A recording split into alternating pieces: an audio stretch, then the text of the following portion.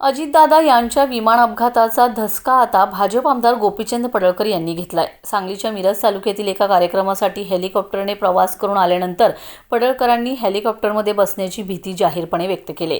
यावेळी मंत्री राधाकृष्ण पाटील यांच्यासोबत हेलिकॉप्टरमध्ये बसण्यासाठी गेल्यावर विमान अपघाताच्या बाबतीत घडलेल्या प्रसंगानंतर आपल्याला देखील भीती वाटल्याचं सांगत या ठिकाणी हेलिकॉप्टरने आल्याचं गोपीचंद पडळकर यांनी सांगितलंय।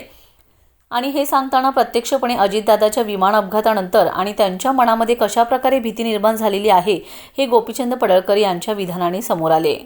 पंचायत समिती सदस्य सगळेजण इथं आलेले आहेत, तर माझी तुम्हाला एवढीच विनंती आहे, मला जरा यायला उशीर झाला, मी त्याबद्दल माफी मागतो।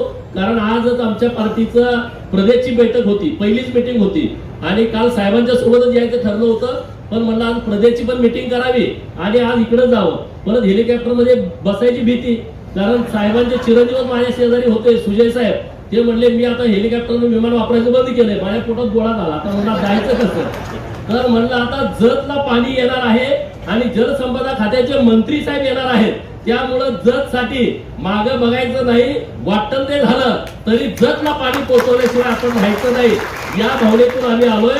साहेब तुम्ही आवर्जून आला, आम्हाला वेळ दिला आणि आमचं सातत्यानं तुम्ही ऐकून घेता, त्याबद्दल मी तुमचं मनापासून आभार व्यक्त करतो। अधिकाऱ्यांचं कर्मचाऱ्यांचं मनापासून आभार व्यक्त करतोय, खूप चांगल्या पद्धतीने ते काम करतायत। कॉन्ट्रॅक्टर